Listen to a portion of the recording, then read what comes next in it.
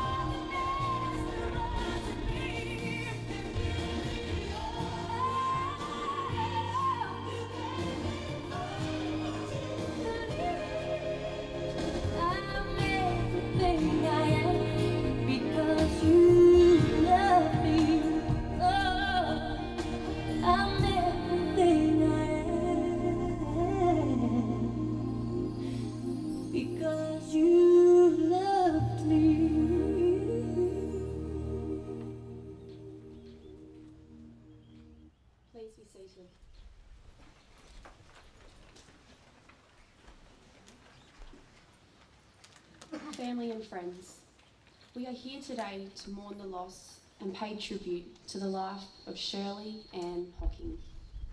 On behalf of the family, I would like to warmly welcome you here today. I would also like to acknowledge those family and friends who are unable to be here with us but are watching via Livestream.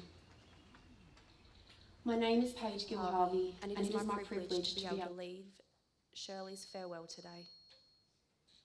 This last week, you have and are faced with the harsh reality and confronting loss of a sister, cousin, wife, mum, auntie, nana, and friend. This is something that you could never have been prepared for and will always struggle with.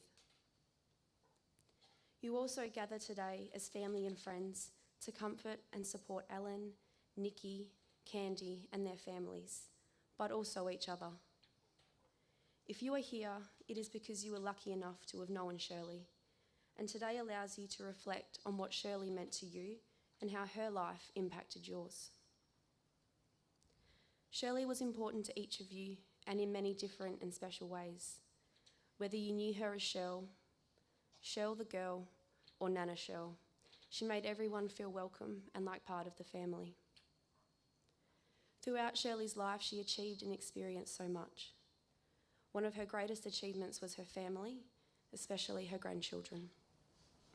I would now like to invite Shirley's daughter Candy forward to share the eulogy with us.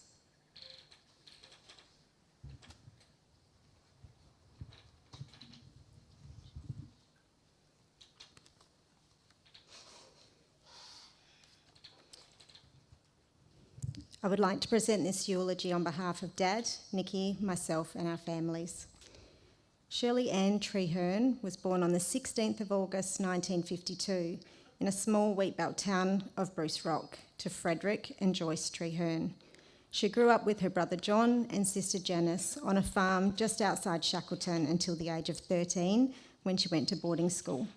She boarded at Swanlea and attended Governor Stirling High School. In 1966, when Mum was 14, her mum Joyce and sister Janice and brother John moved to Geraldton, and she stayed with her beloved dad Fred. In Geraldton, Joyce remarried, which brought a stepsister Barbara, stepbrothers Trevor, David into Mum's life.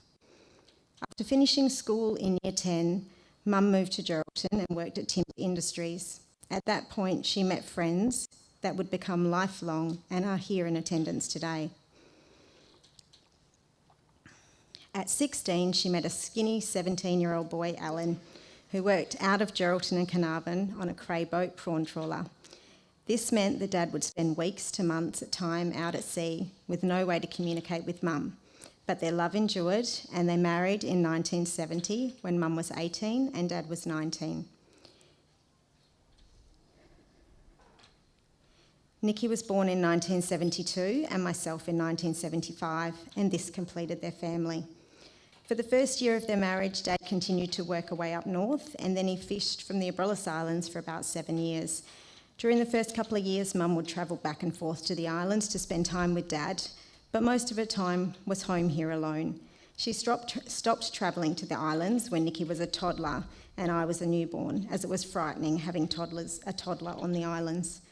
Dad then fished from Freshwater Point, which is now on the coast road to Jurien, and we as a family would travel up and down on weekends for approximately 10 years.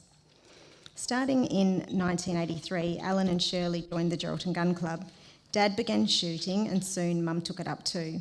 He might not have let her if he knew that she would become a better shot than him. In 1986, Mum competed at the National Trap Championships and won a national gold, silver and bronze medal, which quietly, I think Dad may have been more proud of than Mum. She won many more accolades along the way and was still involved in assisting every year at the Gun Club's annual shoot. Mum's connection with the town's football club began in 1987 when Dean Kelver asked Nikki to be Miss Football. Mum started by assisting with fundraising efforts for Nikki, and from there her love of the club grew. Her selfless giving of her time spanned 35 years, half her life. She was awarded life membership, and over the years she held many positions in the club and had done almost every role possible, quietly in the background, never looking for thanks or accolades, just getting the job done. She gave so much of her time and life to the club, but Mum and Dad would both tell you that they received the most beautiful gift from the time that they were involved in the way of long-lasting friendships and relationships that they have made. Mum treasured all of the relationships she made with many of you. She loved the football club, but nothing in the world meant more to her than her family and those she took in as family. Shirl was an amazing wife to Dad. She adored him, took care of him, and kicked his ass when he needed it. As a mum, she always put us first, and Nikki and I never doubted her love for us. Dad, Nikki and I did, however, have to accept that we were no longer her favourites, and we fell in the pecking order once the great loves of her life, her grandchildren, came along. In order of birth, Mason, Molly, Peyton, Reese, Angus and Brooklyn were her everything. Oh, she loved Dad, Nikki and I, but nothing stood between her and her grandies. Mum was a giver. Her love language was acts of service, and she was selfless in giving of herself, her time, her love, whether this was washing clothes, baking cupcakes for the kids' birthdays at school, making her famous Nana sandwiches and dropping them to school when lunch boxes had been forgotten on the bench, on purpose, I think sometimes.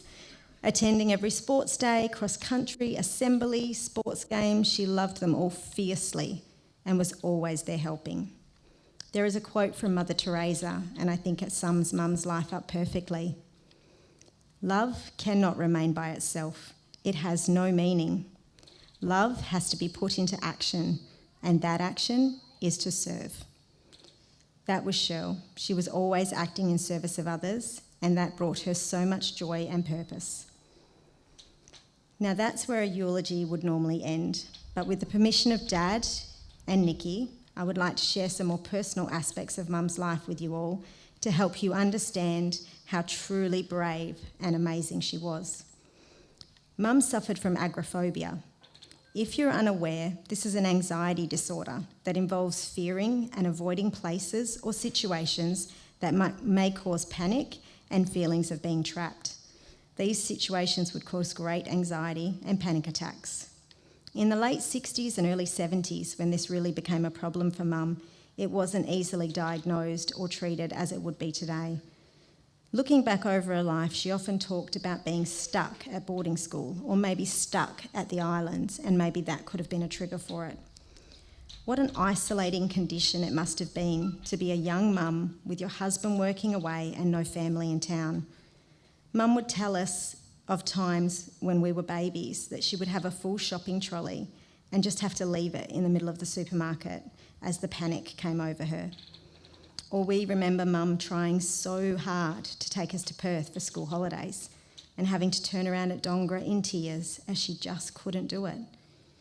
It became at one point when we were babies so debilitating that Mum couldn't leave the house. Picture that, a young mum of 20, alone, with a husband away fishing, building a life for his family, and no one to help her. The reason I tell you this is not so you feel sorry for Mum, but so you can see her bravery. She fought agoraphobia and anxiety all her life, but I'm sure most of you never knew. The gun club and clay target shooting was a turning point for Mum. She loved shooting and wanted to travel to compete, and taking her caravan, her home, with her, she battled the anxiety and won. She would always say that taking her caravan with her made it possible, kind of like a turtle carrying its home on its back. There were ups and downs throughout the years with her struggle, but she never stopped fighting and beating it. We know she was so glad to attend the first shoot in Northam, because through shooting she was able to build so many amazing friendships, new and old. This courage from prevailing over her anxiety gave her the strength to join the football club. What you need to know about Mum, and many of you will already know, is that when I say friendships, I mean family. If Mum met you, she would welcome you and many times adopt you. She was a surrogate mum, auntie and nana to many of you, and she loved that. To our family, she was called a daughter, sister, cousin, wife, mum, auntie, and her favourite of all, nana. She loved us all fiercely, and we loved her endlessly. But the thing that makes us so very, very proud of her is that she loves so many more people too. Mum's greatest strength is that her love, when shared, multiplied. It didn't divide. To those that weren't related, she was called friend, she was called Auntie Shell, she was called Nana Shell. And someone commented in the messages to the family that Shell was the people's Nana. She loved you all and remembered your birthdays. She mended your clothes. She went to your children's assemblies and sports days. She invited you into her home and fed you. She dropped supplies when you were sick. She gave special gifts when your babies were born and even helped make your children's birthday cakes. She put her love into action, and we are all so very lucky that she loved us. So for our family, we are so grateful to have loved and been loved. So for our family, we are so grateful to have loved and been loved by her, and to everyone else she brought into her life and family, we say thank you for allowing her to love you all. It brought her so much joy.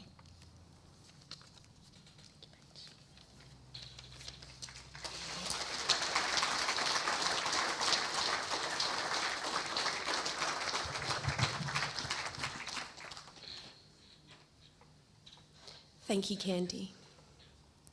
I now invite Shirley's niece, Kim Duncan, forward to share the blessing.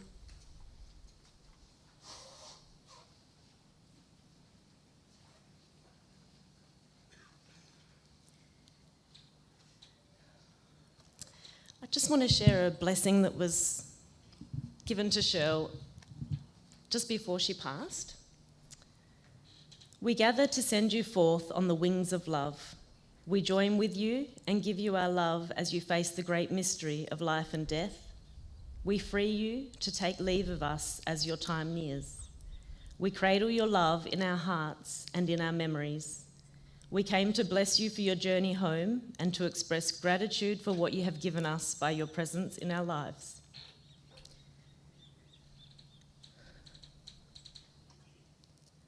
We're going to bless your body. It has housed a wonderful spirit for many years.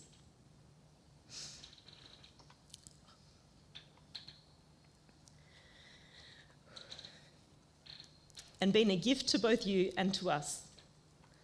Blessing of the head. We bless your head. We thank you for the ways that you have influenced our lives by your beliefs, your attitudes, and your values. Thank you for sharing your hopes and dreams. Blessing of the eyes. We bless your eyes. We are grateful for what these eyes have seen in bringing you joy and happiness. We are thankful for the times when these eyes have looked upon us with love. Blessing of the ears. We bless your ears. Thank you for the ways that they have been attuned to both the outer and inner world. Thank you for the times you have listened to us. Blessing of the mouth. We bless your mouth. This mouth has been the carrier of your wisdom. Thank you for the words of courage and kindness that you have spoken to us. Thank you for the truths you gave to us. Blessing of the hands. We bless your hands. Your hands have been a source of welcome and of help in countless ways. We offer our gratitude for all that these hands have done. Blessing of the shoulders. We bless your shoulders. We thank you for the strength you have used throughout the years as you have carried burdens. May you receive a blessing for the heavy loads of life you have sustained. Blessing of the heart. We bless your heart. This heart has pulsed with life. It has given and received love. This heart has contained many emotional bonds with those gathered here. It has given energy to live. We now extend our hands over you, gathering love in our hearts and extending it to you as fully as possible. May our love surround you and fill you with strength and courage. May the angels of eternal life draw you into the embrace of the divine presence. May the angels of mercy comfort you and bring you peace as you depart from us. May the angels of hope take you by the hand and lead you home.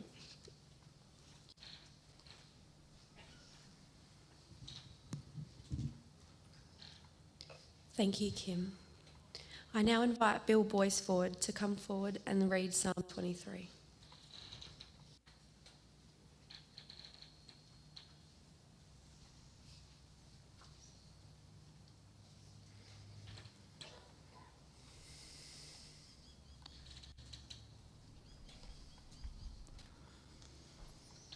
I've known Shirley for, I'm thinking, very, very close to 60 years, having worked for her father on their family farm for a short period.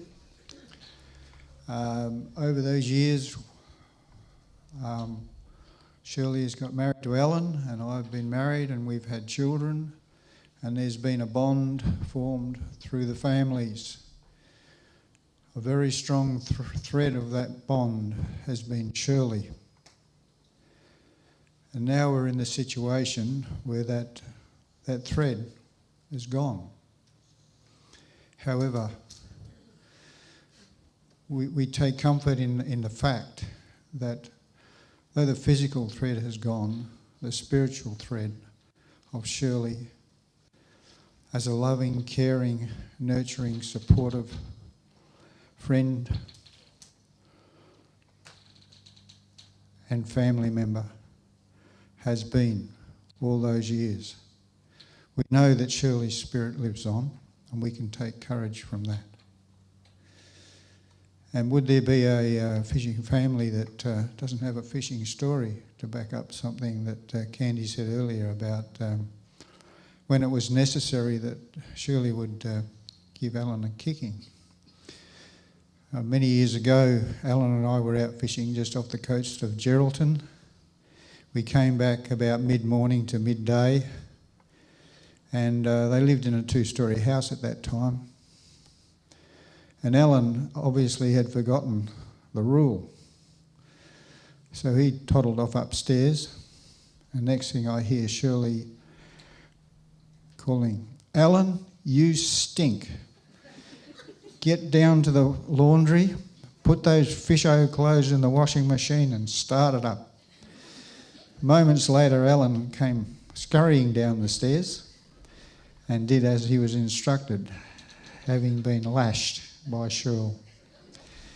And I might add that I did exactly the same too, because I didn't want that lashing. From the Holy Bible, Psalm 23.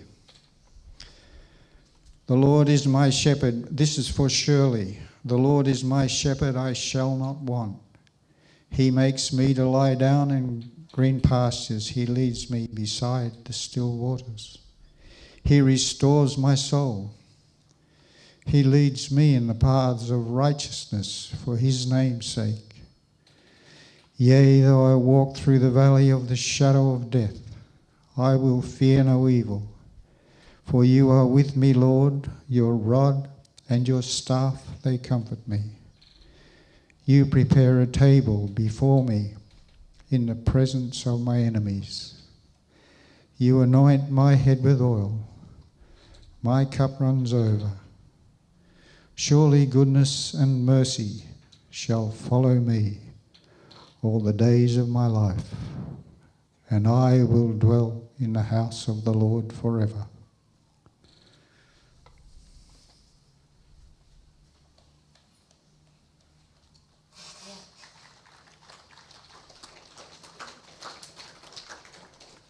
Thank you, Bill. I now invite Shirley's daughters, grandchildren and Janice to come forward and share their own memories.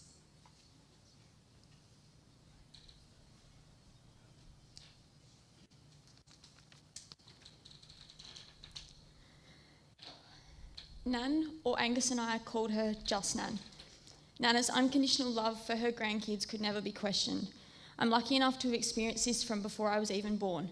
While Mum had complications in early pregnancy, Nan pressured the doctors to run one last-minute scan, and this is the reason that I'm standing here today. Nan, your grandmotherly instincts were never wrong, and I will forever be grateful for this.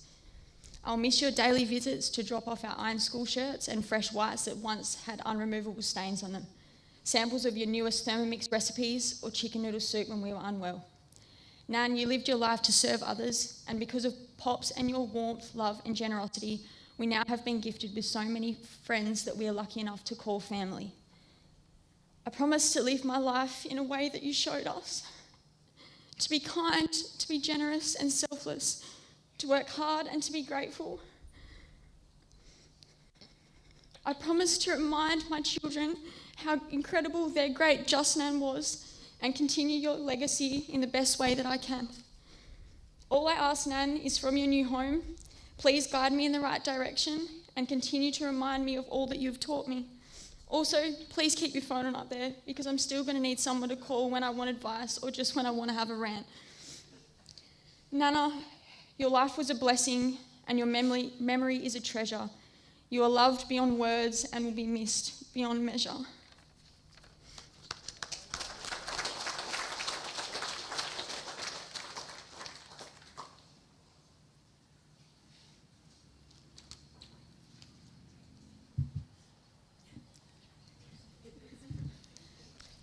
Too tall for me, Miss Molly. On behalf of Peyton, Nana, you passed knowing it was okay with me if you left this world on my birthday. I found a quote that says, "It is a common belief that those who die on your birthday are designated as your guardian angel. This is said to be the universe's way of giving you a special gift, someone who is always looking out for you and has a deep connection to you. Now our connection is just that much stronger. Love you. Love, Pepe."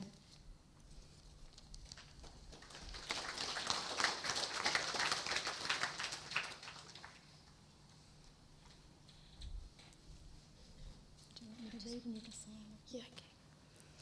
So I'm just going to read the beginning for Reese. Nana, you are and always will be my person. You never judged me, and I have never had to question your love for me. I am forever grateful that you are my nanny. I love you more than anything on this earth. I love you, Nanny.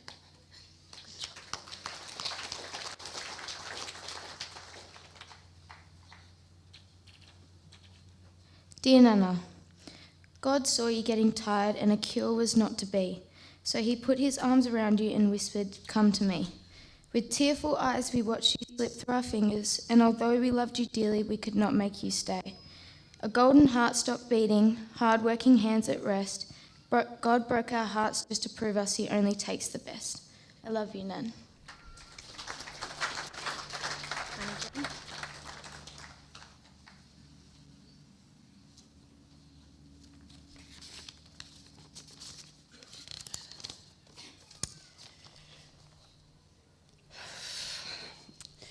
I'm Janice, I'm Shirley, and Shirley is my beautiful, brave sister.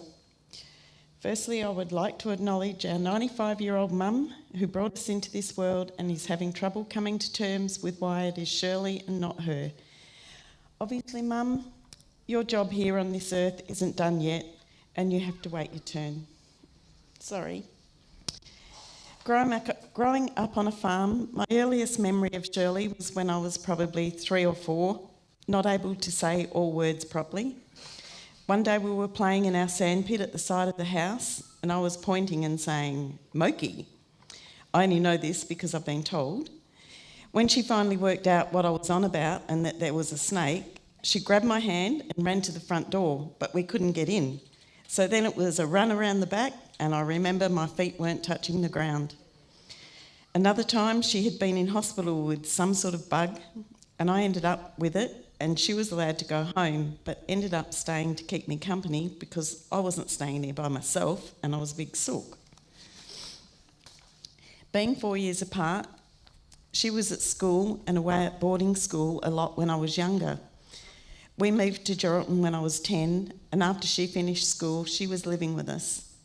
I remember when she turned 17 and got a driver's licence and car, which was an old Zephyr. She would let me hang out with her a lot, even letting me smoke and not telling Mum. Best sister ever. We spent heaps of time at the back beach waiting for Alan while he was out surfing. She must have been pretty patient in those days. Our family moved down south when I was about 14 and Shirley and Alan had got married or were close to it by then. We stayed in touch a lot, and I would come up on school holidays and stay with them. I remember when Nikki was born, a beautiful little bundle, all 5 pound of her. Poor Shirl used to get stressed out heaps. When I was staying with them, I would get up for the night feeds with her and try and keep her company and help out if I could. Shirl was always pretty high-strung, and I remember her getting so upset when she would run into friends at the shops and they would tell her how skinny she was. Once she came home crying and said, "Skinny people have feelings too, you know." This ended up being a family saying. When I moved back to Geraldton with my 2 girls, who were 4 and 2, they spent heaps of time with Alan, Shirley, Nikki and Candy. They were like their second family, and I'm happy my girls will always have these great memories. Now, I'm not sure if anyone knows this, but Shirl was real bossy. One of the first things Alan actually noticed a few weeks ago was that he hadn't been in trouble for a while. Don't worry, Alan. There's plenty of us women in this family with these genes. Just let us know. I'm sure we can help out with that. In my younger days, I would argue with her and try and get her to understand my point of view. But no, it was her way or no way, and she always knew best. In later years, we got on much better because I would just say, "Yeah, okay," and walk away. I learnt you couldn't win an argument with our Shirl. Anyway, I loved her heaps, and we would ring each other once or twice a week. I could tell her things that were annoying me and she would understand. We were kind of on the same page. I'm not sure who I'm going to ring now when I want to vent about something. Our last conversation, the day of her operation, ended with her saying, "See you on the other side." My heart skipped a beat, even though I knew she meant after the operation, when she would be home in a couple of weeks. Well, Shirl, I will see you on the other side. Be ready for me when it's my turn. Love you always.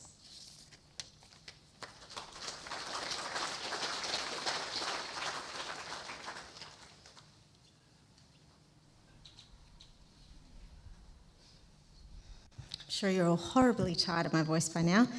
And you'll have to forgive me, I haven't actually prepared anything, but I did just want to take a moment. Just wanted to say to Mum, even though she was there with us, I just wanted to let her know that we all took care of each other. We were really brave. We were strong when we needed to be, and we weren't when we didn't need to be. And that's what we're going to continue to do. I ask everybody who is here today to please don't let this stop today. Please remember that our family has lost the most amazing woman, and we need you to wrap your arms around us. I need you all to take care of Dad, invite him out for coffees, have a beer. Please don't let this stop here. It's amazing to see so many people come to honour Mum, but please remember that as time goes on, our grief won't stop. So if you can please just look out for us all, and especially our beautiful Dad, just a little bit extra, we would really appreciate it. So Mum, I love you. And we are going to continue to do exactly what you taught us to do.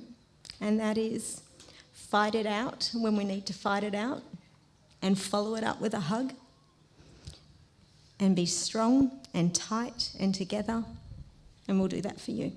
I love you.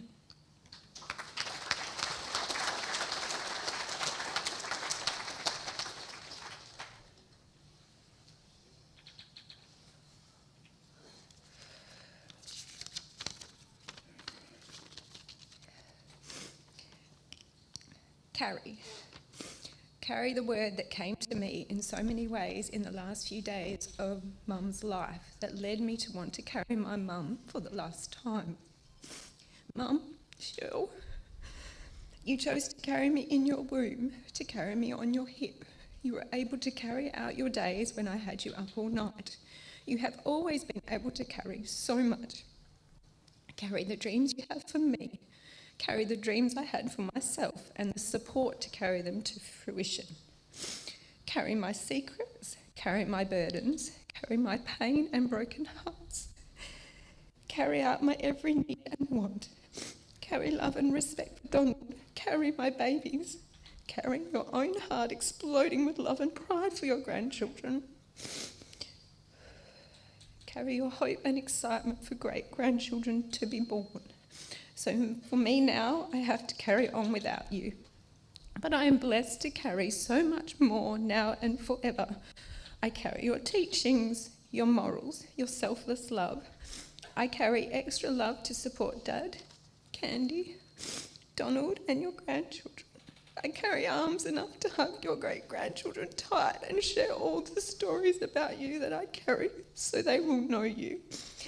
It is with great honour that I carry you for the last time, as you cannot carry yourself. Mum, carry with you all the love in this room to your resting place, my beautiful mum. I love you.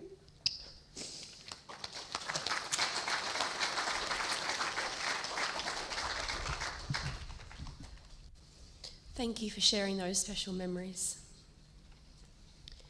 We take photos as a way of capturing a moment. They are something we are able to look back on and hold on to forever. As we watch the photographic tribute of Shirley's life, I hope that memories of your time with Shirley come back to you.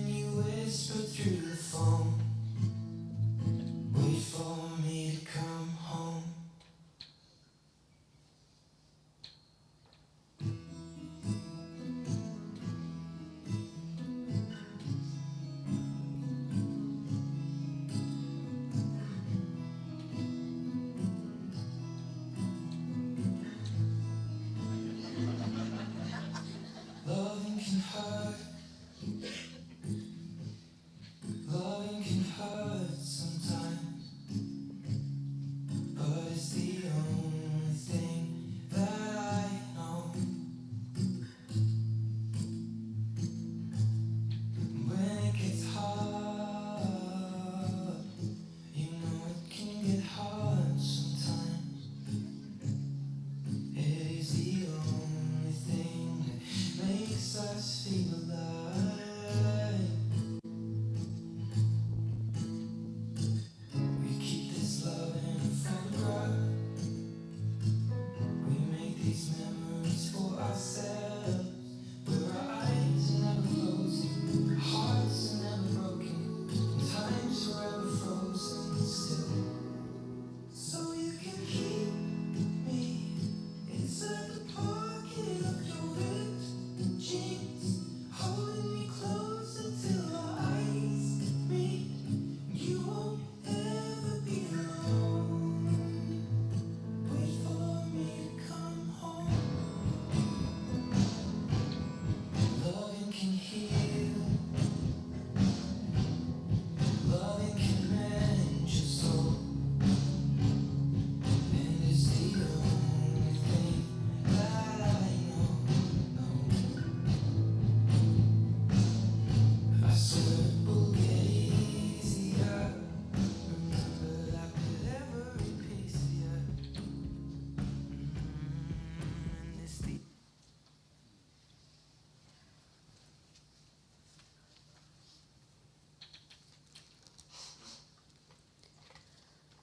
What beautiful photos to look back on, and what great memories to hold on to forever. The family invites you to join them in the club rooms following the service for light refreshments and to continue sharing your memories of Shirley. As Shirley's funeral service is almost concluded, the family would like to thank those people who have called or sent messages during the time Shirley was in Perth and since her passing. While Shirley was preparing for surgery, she commented how amazed she was by all the messages, and her words were, "People really care." Nikki assured her that people had always cared and loved her very much. She just hadn't noticed. You all touched her and reassured her in those last few days. A special thanks must go to Joe and Susie, who opened their home to us all whilst in Perth. The whole family were nurtured and fed every day. Nothing was too much trouble, all whilst they were carrying the weight of the ups and downs the family were experiencing. Shirley had found her appetite and ate them out of house and home, and came requesting a pork roast with crackle for her dinner the night before surgery.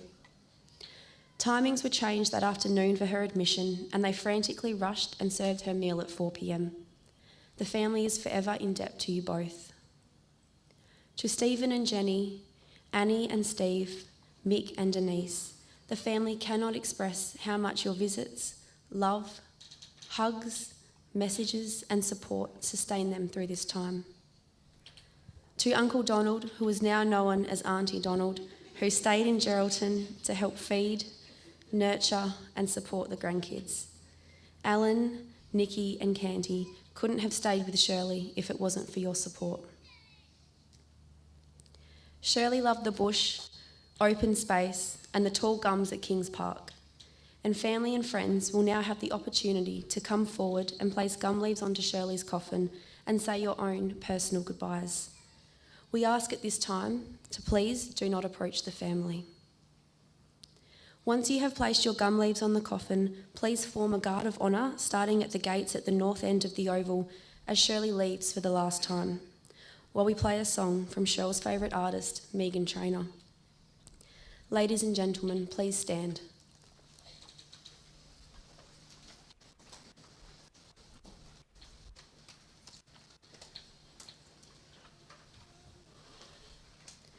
Shirley, as we share this moment together, it is with love and unity that we acknowledge what you brought to each of the lives here today, and therefore what is now missing in your physical absence.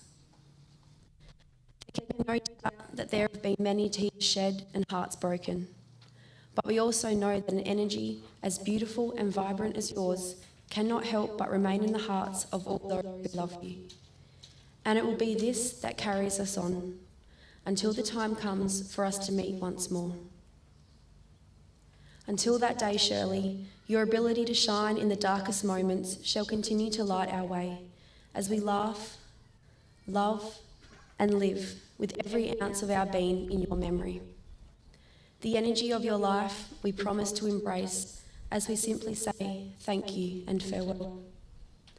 Shirley, Love and light to you on your final journey. May you rest peacefully.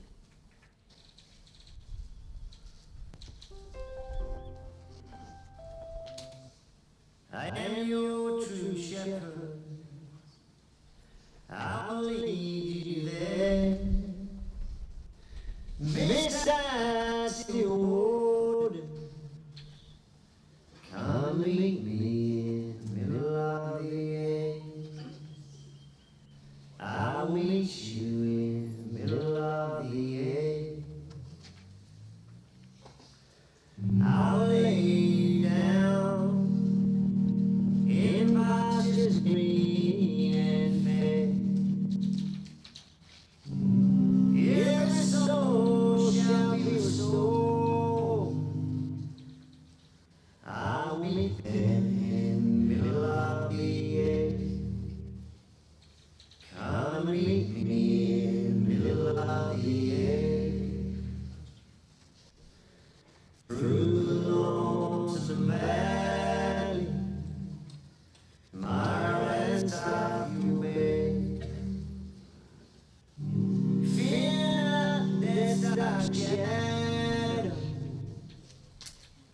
I will meet you in the middle of the air.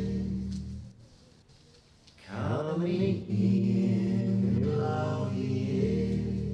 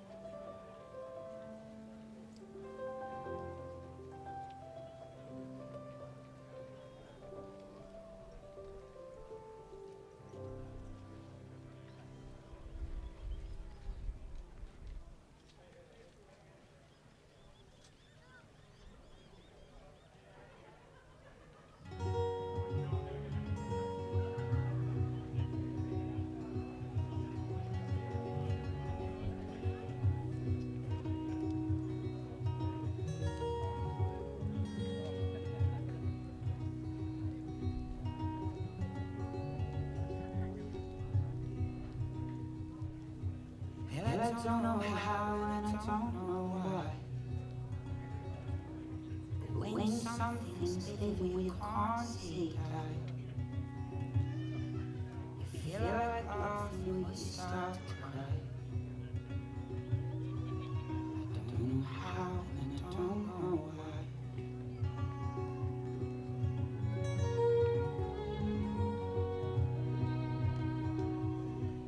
Well, I don't have any and I don't have much. In fact, I don't have any, but I got enough. 'Cause I know those eyes and I know that touch. I don't have any and I don't have much. Oh, darling, my heart's on fire. Oh, darling, my heart's on fire. Oh, darling, my heart's on fire. For you.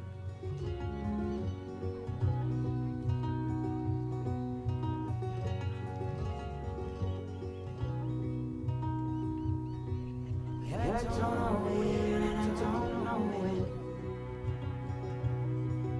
but I know we'll be lovers again. I see a someday before the end. Don't know where and I don't know when. Oh, darling, my heart's on fire. Oh, darling, my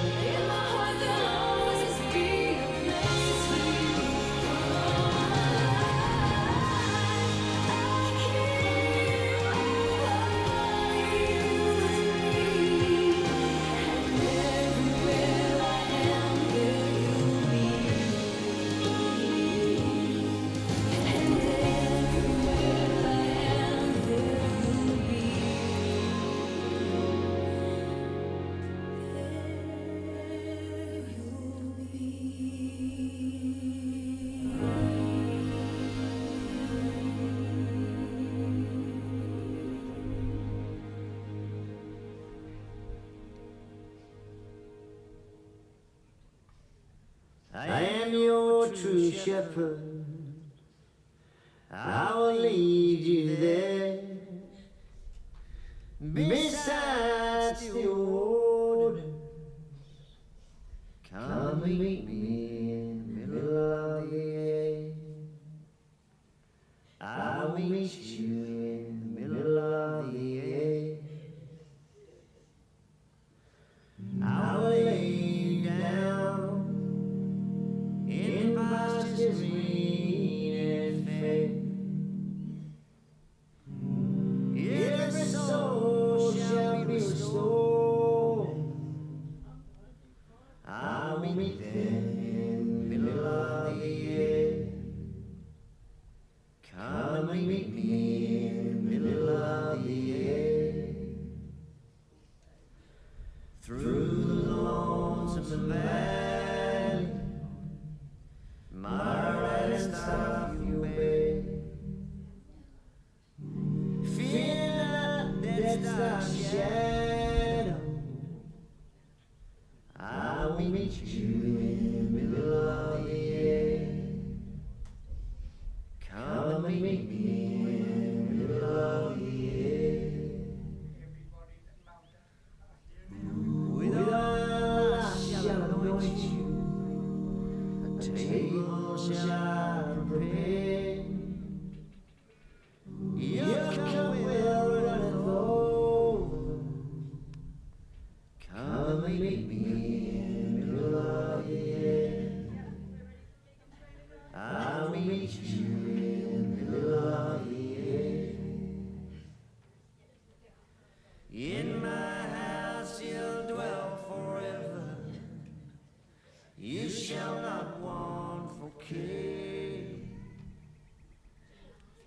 Surely goodness and mercy will follow you. Come and meet me in the middle of the air. I will meet you in the middle of the air. Come and meet me in the middle of the air.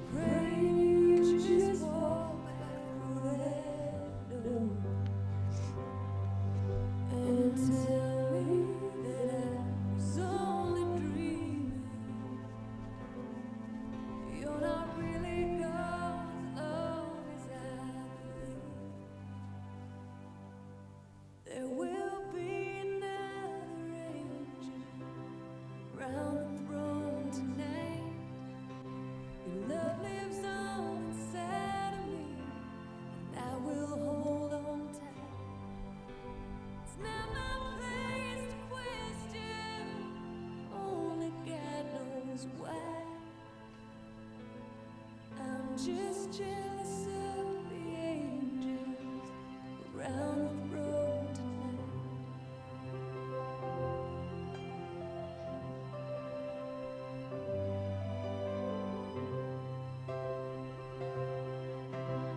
Always made my troubles feel so small, but you were always there to catch me when I'd fall.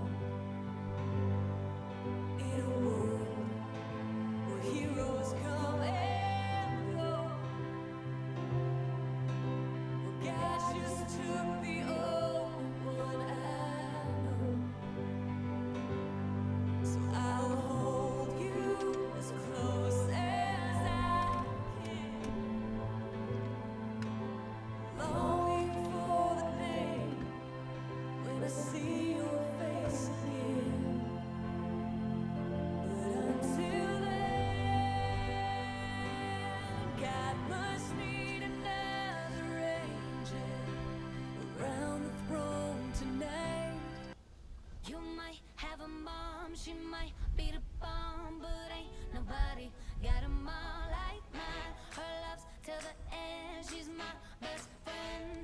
Ain't nobody got a mom